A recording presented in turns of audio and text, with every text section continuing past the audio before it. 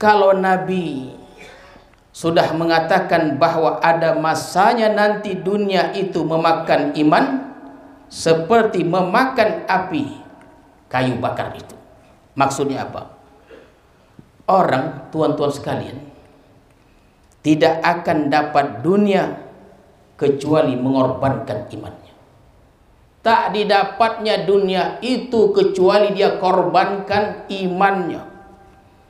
Ada masanya kita nih tak akan dapat duit, tak dapat duit itu bila tidak berdusta.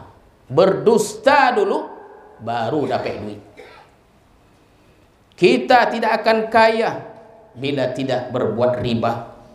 Kita tidak akan kaya kecuali mengurangi timbangan dan sebagainya. Inilah kata Nabi Muhammad sallallahu alaihi wasallam, akan datang nanti dunia akan memakan iman kita itu.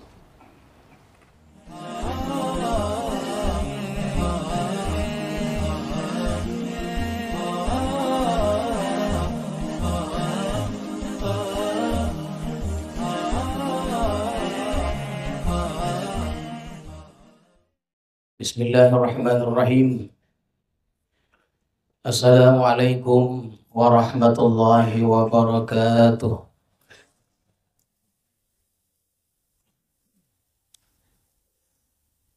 Alhamdulillah. Alhamdulillahilladzi ja'ala ad-dunya ma'dinan lil awiyar. Fiha yazdahimul fujjar wal ashrar wa yabta'idu anha ibaduhul abrar. Ashhadu an la ilaha illallah wahdahu la syarika lahul wahidul qahhar. Wa ashhadu anna sayyidana Muhammadan abduhu wa rasuluhul mukhtar. Allahumma salli wa sallim wa barik ala sayyidina wa maulana Muhammadin akhyaril akhyar wa ala alihi wa sahbihi wa zurriyatihi wa atba'ihi ila yaumil intishar, amma ba'du. Tuan-tuan, para khalifah, para salikin, hadirin dan hadirat sekalian, marilah kita bersyukur kepada Allah Subhanahu wa Ta'ala di atas segala limpahan rahmat dan kurnia-Nya yang telah diberikan kepada kita. Berkat rahmat Allah kita dapat kembali bertemu, berkumpul di majlis ilmu ini, dan mudah-mudahan senantiasalah kita dalam rahmat Allah Subhanahu wa Ta'ala. Salawat dan salam kita ucapkan dan kita sampaikan kepada Rasulullah sallallahu alaihi wasallam beserta keluarga, para sahabat dan para pengikut-pengikut beliau. Mudah-mudahan kita semuanya mendapat syafaat Rasulullah di hari kemudian nanti. Amin ya rabbal alamin. Al-hikmatu tasi'atu wal ishrun ba'dal mi'ati tsaniyah min al-hikamil ata'iyah. Qala al-imam al-arif billah Ahmad ibnu Athaillah as-Sakandari rahimahullah wa nafa'ana bi'ulumihi wa asrarihi. Maka pada hikmah yang ke-229 dari Al-Hikam Al-Athaiyah telah berkata pengarang Imam Ahmad ibnu Athaillah as-Sakandari rahimahullah wa nafa'ana bi'ulumihi wa asrarihi. Kata beliau, innama ja'alaha mahallan lil aghyar wa ma'dinan liwujudil aqdar tazhidan laka fiha. Hanya saja Dia Allah jadikan dunia itu tempat bagi aghyar dan tempat bagi adanya segala macam kekeruhan-kekeruhan untuk menzuhudkan engkau pada dunia itu. Itulah lebih kurang terjemahan hikmah yang ke-229 ini. Innama ja'alallahu ta'ala hadhihi dunya mahallan lil amrad wal balaya wal ahzan wal fitan liyuzahhidaka fiha. Allah menjadikan dunia ini tempat segala macam penyakit. Allah jadikan dunia ini tempat segala macam bala, segala macam kesedihan-kesedihan. Dan Allah jadikan dunia ini tempat segala macam fitnah. Di surga tak ada hal ini, tuan-tuan sekalian. Di dunia saja yang ada ini. Lalu kenapa Allah menjadikan dunia itu tempat seperti ini? Supaya kita zuhud terhadap dunia itu. Allah inginkan hati kita jauh dari dunia. Oleh itu Allah jadikan dunia ini tempat yang disebutkan tadi itu. Jadi kalau kita sudah zuhud terhadap dunia, jauh hati kita dari dunia ini, fala tuhibbuha wala targhabu fiha wala tarkanu ilaiha wala tata'allaqu biha, maka engkau tidak mencintai dunia ini. Tuan-tuan sekalian, kalau kita mencintai dunia, berarti kita mencintai tempat penyakit dan sebagainya. Dan tidak gemar engkau pada dunia itu. Dan tidak cenderung hati engkau pada dunia itu. Dan hati engkau tidak bergantung kepada dunia itu. Wala tata'allaqu biha. Jadi tuan-tuan sekalian, kalaupun kita mencintai dunia ini, satu saat kita akan kehilangan dunia ini. Walisyughliha iyyaka ghaliban 'anillahi ta'ala. Dan karena mengganggunya dunia, menyibukkan dunia itu pada engkau dari Allah Subhanahu wa ta'ala. Jadi dunia ini membuat kita sibuk. Ingatlah bahwa kesibukan dunia yang ada pada kita itu akan melahirkan kesibukan-kesibukan dunia yang lainnya. Jangan kita menyangka bahwa besok itu kosong, tak ada kerjaan, tak ada pekerjaan. Tapi boleh jadi esok adalah waktu yang paling sibuk bagi kita. Jadi kesibukan dunia itu akan melahirkan kesibukan-kesibukan dunia yang lainnya. Dan jangan kita berpegang kepada dunia itu. Kalau kita berpegang kepada dunia, artinya kita berpegang kepada sesuatu yang mengganggu hubungan kita dengan Allah Subhanahu wa ta'ala. Tuan-tuan sekalian, jika kita berpegang kepada dunia, itu artinya kita bergantung kepada sesuatu yang merusak hubungan kita dengan Allah Subhanahu wa ta'ala. Maka kalau kita mencintai dunia, itulah akibatnya.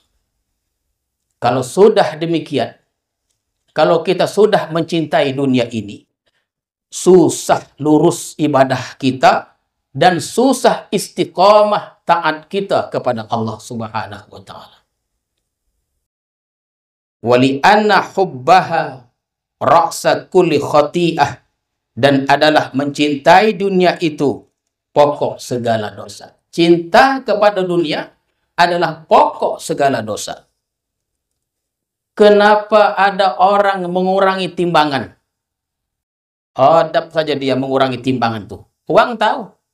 Tapi tetap dikerjakannya perbuatan yang tercela itu. Kenapa orang mengurangi timbangan dalam perniagaan? Karena dia ingin keuntungan.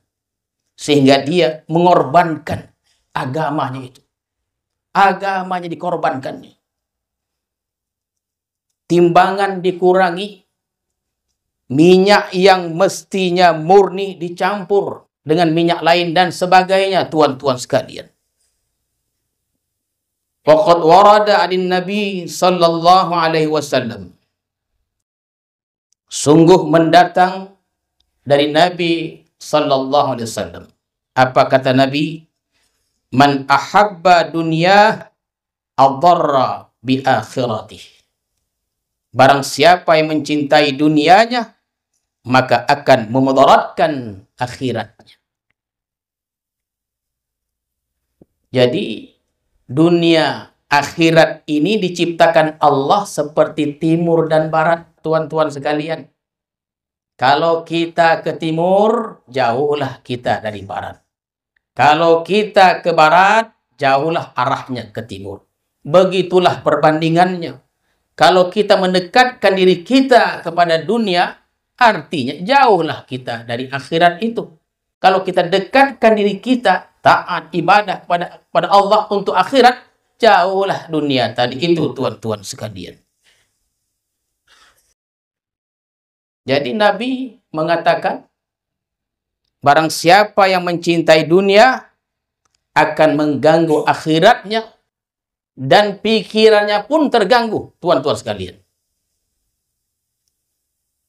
Meskipun ada orang yang tidak sibuk dengan dunianya, artinya dia di rumah saja.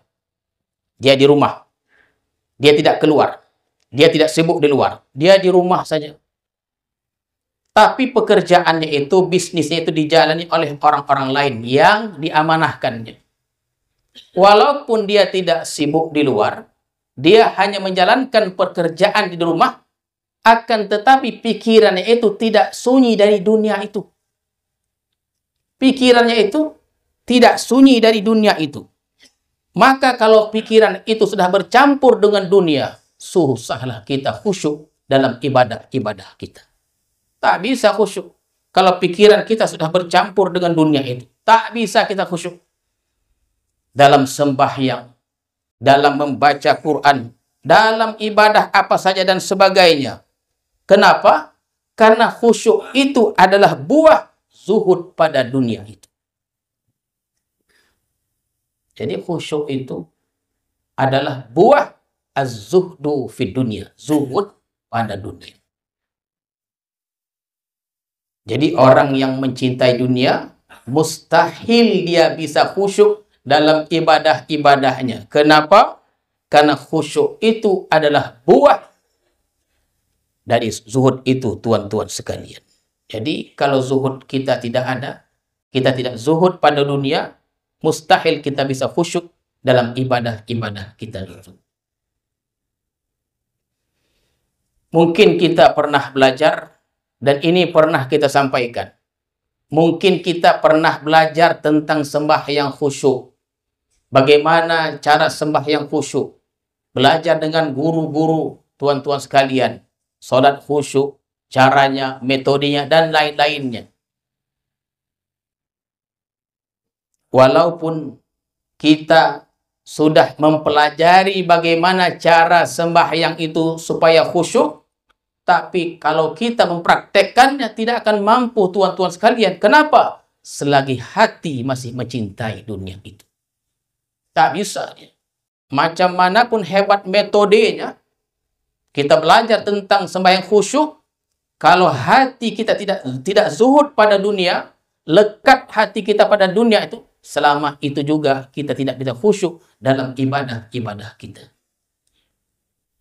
Bawarada aydan, mendatang pula sabda Nabi Muhammad sallallahu alaihi wasallam. La ta'tiyannakum ba'di ad-dunya ta'kulu imanakum kama ta'kulun narul hatab. Akan datang kepada kalian sesudah aku nanti, kata Rasulullah, dunia memakan iman kalian. Tuan-tuan, dunia itu, kata Rasulullah, memakan iman sebagaimana api memakan kayu bakar. Dunia dimakannya iman kita. Kalau Nabi sudah mengatakan bahwa ada masanya nanti dunia itu memakan iman seperti memakan api kayu bakar itu. Maksudnya apa? Orang, tuan-tuan sekalian, tidak akan dapat dunia kecuali mengorbankan imannya. Tak didapatnya dunia itu kecuali dia korbankan imannya. Ada masanya kita nih tak akan dapat duit. Tak dapat duit itu bila tidak berdusta. Berdusta dulu, baru dapat duit. Kita tidak akan kaya bila tidak berbuat riba. Kita tidak akan kaya kecuali mengurangi timbangan dan sebagainya. Inilah kata Nabi Muhammad SAW, akan datang nanti dunia akan memakan iman kita itu. Kalau kita jujur, tuan-tuan sekalian, tak dapat duit. Jujur kita nih, sah tak dapat duit. Berdusta, bersumpah-sumpah palsu, ini baru dapat duit. Jujur, tak dapat duit. Menipu, baru dapat duit. Jadi pedagang jujur, tumpur. Tak bisa kaya. Jadi pejabat jujur, tuan-tuan sekalian, jadi pejabat jujur, tak naik-naik jabatan. Situ aja dia. Artinya kalau mau jabatan, mesti tak jujur dia. Ada masanya. Mungkin masanya sekarang ini, tuan-tuan sekalian. Dan itu sudah kelihatan. Hal ini sudah dibaca Nabi pada 1400 tahun yang lalu. Bahwa dunia ini akan memakan iman kita nih. Qala ba'duhum.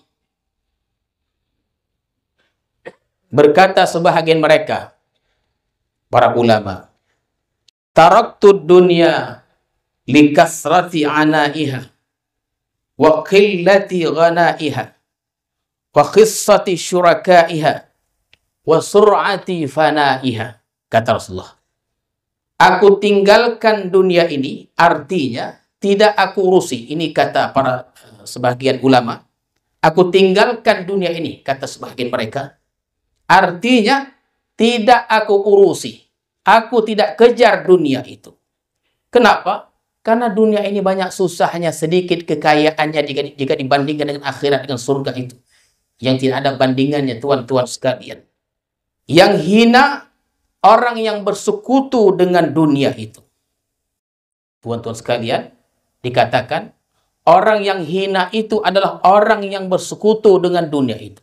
Tengoklah, orang yang paling banyak kaya itu adalah orang Yahudi dan orang Nasrani. Sebab dunia ini adalah segalanya.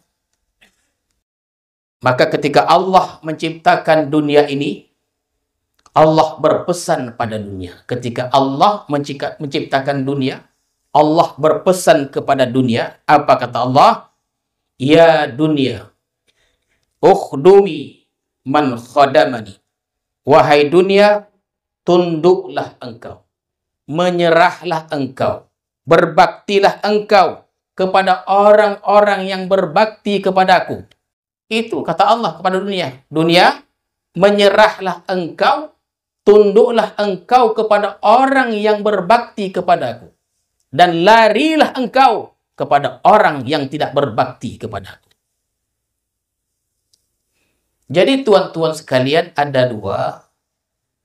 Ada manusia yang dikejar dunia. Mungkin kita banyak baca sejarah tentang orang-orang yang dikejar dunia itu.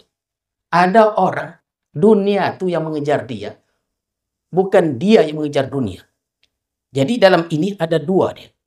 Orang yang dikejar dunia dan orang yang mengejar dunia.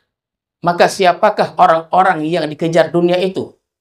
Tuan-tuan sekalian, mereka adalah orang-orang yang taat kepada Allah, ibadah kepada Allah. Dunia itu akan mengejar mereka dari segala arah, dari 4 penjuru maupun lebih.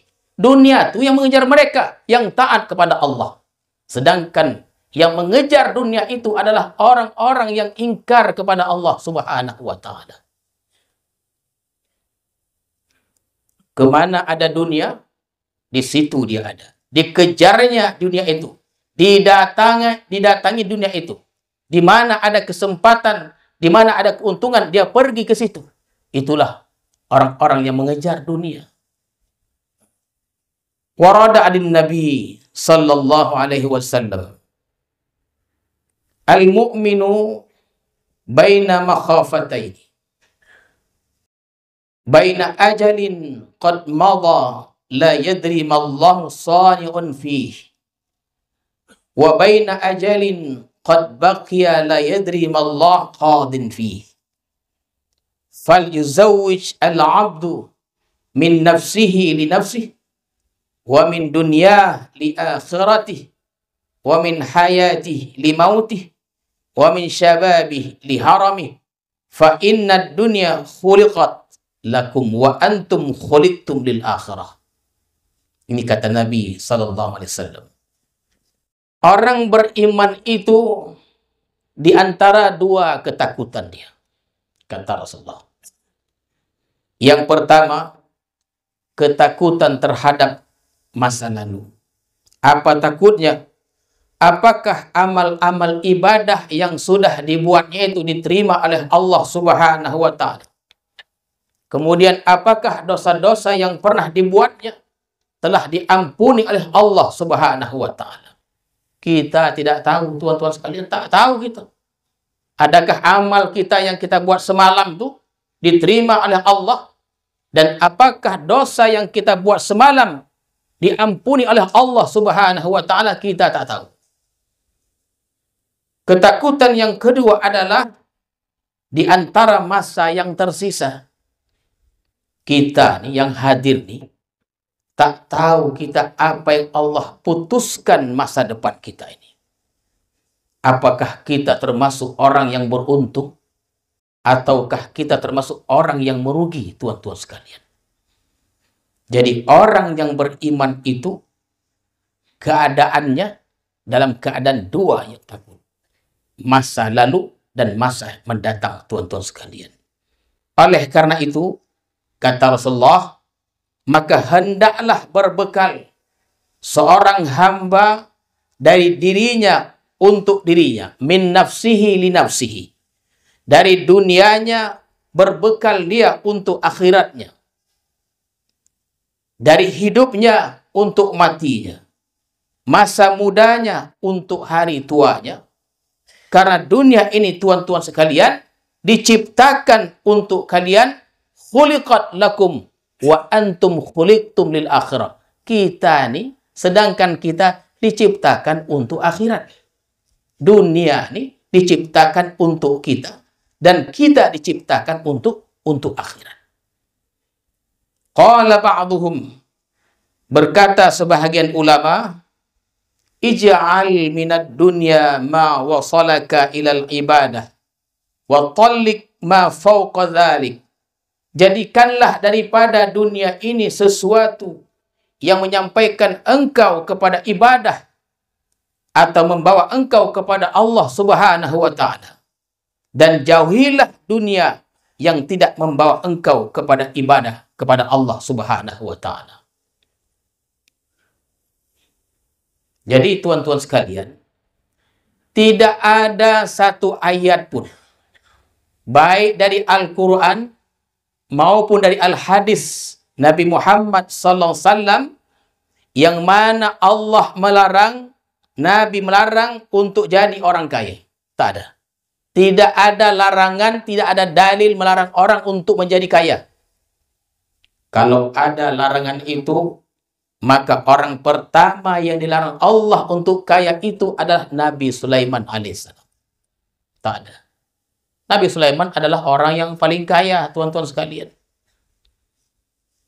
Tidak ada dalil yang melarang untuk kita memegang satu jabatan. Ambillah jabatan apa saja itu, tuan-tuan sekalian. Kalau atau andai kata ada larangan tentang memegang jabatan itu, maka Nabi Daudlah orang pertama yang dilarang oleh Allah untuk menjabat sebagai raja. Artinya, kekuasaan dan kekayaan itu apabila dia membawa kepada taat, membawa kepada ibadah kepada Allah Subhanahu wa Ta'ala, maka itu artinya bagian dari akhirat. Tuan-tuan sekalian, kekayaan, kekuasaan yang membawa kepada taat kepada Allah itu merupakan bagian dari akhirat, bukan bagian dari dunia.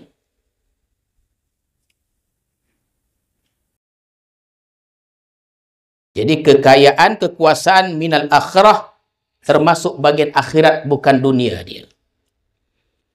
Tapi bila kekayaan, bila kekuasaan itu membuat kita lupa kepada Allah Subhanahu wa Ta'ala, sibuk kita, mengganggu hubungan kita kepada Allah Subhanahu wa Ta'ala, ini namanya kekayaan, kekuasaan, namanya bagian dari dunia yang dicela oleh Allah itu.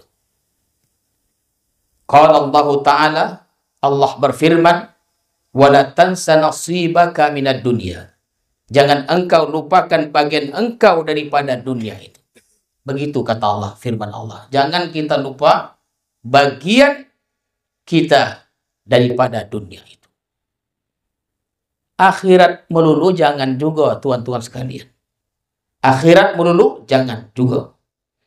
Ambil bagian engkau dari dunia itu. Kata Allah Subhanahu wa Ta'ala. Dunia yang mana kita ambil, tuan-tuan sekalian? Wala tansa nasibaka minad dunya, jangan engkau lupakan bagian engkau daripada dunia itu. Maka ambil bagian kita dari dunia itu. Bagian yang mana yang kita ambil? Dunia yang membawa kita untuk ibadah kepada Allah Subhanahu wa Ta'ala. Ambillah. Bagian dunia yang membawa kita untuk taat, untuk ibadah kepada Allah Subhanahu wa Ta'ala.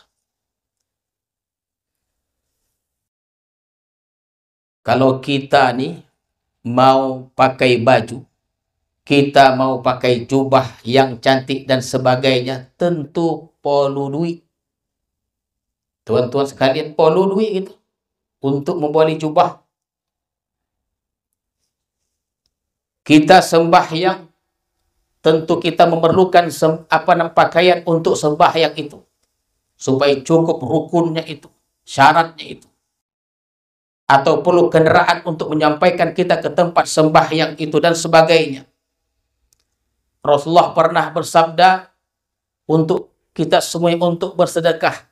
Bersedekahlah kalian, kata Rasulullah. Bagaimana kita bersedekah kalau tak ada duit?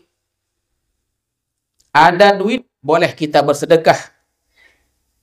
Dunia yang dilarang itu adalah dunia yang buat kita jauh dari Allah Subhanahu wa Ta'ala. Kalau dunia itu yang mendukung kita, mendekatkan diri kita, membawa kita kepada taat kepada Allah Subhanahu wa Ta'ala, itu namanya dunia bagian akhirat, tuan-tuan sekalian. Bukan dunia yang dicela. Itulah maksud Allah, wala tansa nasibaka minad dunya. Jangan lupa bagian engkau dari dunia itu. Rasulullah sallallahu alaihi wasallam pernah bersabda, ya, dalam doa beliau, Allahumma la taj'alid dunya akbara hammina wala mabalagha ilmina. Ya Allah, jangan engkau jadikan dunia itu menyita sebahagian besar pemikiran kami. Begitu tuan-tuan sekalian menerjemahkannya. Ya Allah, jangan engkau jadikan dunia itu menyita sebahagian besar pemikiran kami. Artinya tuan-tuan sekalian, boleh saja kita memikirkan dunia. Tapi jangan sampai menyita sebagian besar pemikiran kita. Memikirkan dunia boleh. Tapi jangan sampai menyita semua pemikiran kita itu. Artinya semua dipikirkan untuk dunia. Itulah maksud Nabi, yang Nabi berlindung terhadap dunia itu. Dunia dipikirkan juga, tapi jangan menguasai pikiran kita. Karena ada yang lebih penting dari dunia itu yang untuk kita pikirkan. Apa dia? Kehidupan untuk selama-lamanya di akhirat kelak, tuan-tuan sekalian. Kalau setiap saat kita memikirkan dunia, siang, malam, pagi, petang, bahkan dalam sembahyang pun kita memikirkan dunia. Itu yang Rasulullah berlindung dalam doanya itu, tuan-tuan sekalian. Yang kita herankan, mimpinya pun mimpi dunia. Orang ini dikuasai pikiran dunia, tuan-tuan sekalian. Apa-apa dunia, semuanya dunia. Bahkan dalam sembahyangnya, dia merancang, patutlah tahan lama toga dia sembahyang. Menghayal rupanya dia. Allah tidak melarang kita untuk menuntut ilmu apa saja. Tuntutlah, perdalami ilmu. Ilmu pertanian, ilmu perdagangan, atau perladanan, atau ilmu politik, ilmu ekonomi. Akan tetapi, jangan sampai mablagha ilmina. Jangan sampai itu saja, tuan-tuan sekalian. Itu saja melulu. Menuntut boleh. Tapi bukan itu seterusnya. Itu saja dikaji. Bukan begitu dia. Urusan dunia melulu, urusan akhirat sedikit dikaji. Itu tidak boleh. Dia tidak seimbang dia. Dia mesti seimbang. Mengkaji bagaimana cara menanam, silakan. Mengkaji macam mana bertani, silakan. Bagaimana menangkap ikan, silakan tuan-tuan sekalian. Berdagang dan lain-lainnya. Tetapi jangan sampai urusan dunia ini yang utama dikaji. Lupa kita mengkaji akhirat. Kita punya rumah, tuan-tuan sekalian. Tahun ini kamar rumah kita itu ada 2. Atau kamar mandinya 2. Besok nanti sudah berubah dia. Kamar jadi 3, kamar mandi pun jadi 3. Ada perubahan-perubahan. Rumah diluaskan, ladang diluaskan, pertanian diluaskan, ibadah tak pernah diluaskan. Begitu-begitu saja. Takkan kita ibadah kita di zaman SD kita sama dengan ibadah kita sekarang ini? Tak boleh begitu. Mesti ada peningkatan-peningkatan taat kepada Allah Subhanahu wa Ta'ala. Tuan-tuan sekalian, mari kita permisalkan. Sekiranya ada manusia yang hidup umurnya 100 tahun. Kalaupun ada mungkin 1-2 saja, tuan-tuan sekalian. Kalau 100 tahun ini untuk memikirkan dunia saja, sedangkan hidup di akhirat tidak ada batasnya, tentulah kita memikirkan hidup yang selama-lamanya itu. Kita bandingkan. 100 tahun, tuan-tuan sekalian, mana yang utama untuk kita pikirkan? Umur kita yang 100 tahun memikirkan dunia, atau memikirkan hidup untuk selama-lamanya di akhirat? Orang yang cerdik, yang panjang akalnya itu adalah tentu memikirkan hidup yang berkepanjangan di akhirat kelak, tuan-tuan sekalian. Qala Luqman libnihi ya bunayya bi' dunyaka bi akhiratika tarbahhuma jami'an wala tabi akhirataka bidunyaka takhsurhuma jami'an. Kata beliau, juallah dunia engkau itu dengan akhirat. Kata Luqman, tenaga kita untuk akhirat, duit kita jual untuk akhirat, kita gunakan untuk berpahala, artinya taat kepada Allah Subhanahu wa Ta'ala. Niscaya dapat untung dunia dan akhirat. Kita gunakan diri kita untuk ibadah kepada Allah Subhanahu wa Ta'ala. Kalau demikian, tuan-tuan sekalian, kalau pikiran kita, badan kita, tubuh kita, harta kita, kita jual untuk akhirat, kita dapat 2, dapat dunia dan dapat akhirat. Rasulullah pernah mengatakan dan menjamin, kata beliau, ma naqasa malun min sadaqah. Tidak pernah berkurang harta yang disedekahkan. Takkan pernah harta itu berkurang bila disedekahkan. Dan pernah kita sampaikan, harta kita yang sebenarnya itu adalah bila harta itu terlepas dari tangan kita. Itulah harta kita. Lepas dia dari tangan kita, itulah harta kita. Sementara harta yang masih ada pada kita, di tangan kita, di kantung kita, di rumah kita, di lemari kita, di bank yang kita simpan, itu belum tentu milik kita, boleh jadi milik orang lain, tuan-tuan sekalian. Jadi kata Rasulullah, ma naqasa malun min sadaqah, tidak pernah berkurang harta yang disedekahkan. Jadi kalau kita sedekah itu menjual untuk akhirat, tarbahuma, engkau untung akhirat dan untung juga dunia ini, tuan-tuan sekalian. Kata Luqman, wala tabi akhirataka bidunyaka tahsurhuma jami'an, jangan menjual akhirat dengan dunia engkau.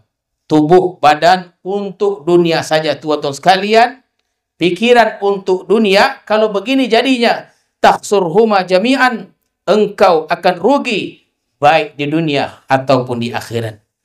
Jadi tuan-tuan sekalian, dunia kita pakai selama dunia membawa kita kepada Allah Subhanahu wa Ta'ala. Itulah kesimpulannya. Dunia ini bukan tidak boleh. Kalau dunia itu membawa kita kepada taat kepada Allah Subhanahu wa Ta'ala, ambillah. Jangan ambil dunia yang menjauhkan kita dari Allah Subhanahu wa Ta'ala. Mudah-mudahan tuan-tuan sekalian, pertemuan kita pada malam ini, hikmah yang ke-229 ini, dapat berikan pelajaran kepada kita semuanya untuk mendekatkan diri kita kepada Allah Subhanahu wa Ta'ala, kepada kebaikan Allah dekatkan kita, dan kepada kejahatan Allah jauhkan kita. Amin ya rabbal alamin. A'udzu billahi minasyaitonir rajim. Bismillahirrahmanirrahim. Alhamdulillahirabbil alamin. Wassalatu wassalamu ala asyrafil mursalin wa ala alihi wa sahbihi ajma'in. Allahumma ij'al jam'ana hadza jam'an marhuma wa tafarruqan ba'di tafarruqan ma'suma. Wa sallallahu ala sayyidina Muhammadin wa ala alihi wa sahbihi ajma'in. Subhana rabbika rabbil izzati amma yasifun wa salamun alal mursalin walhamdulillahi rabbil alamin. Assalamualaikum warahmatullahi wabarakatuh.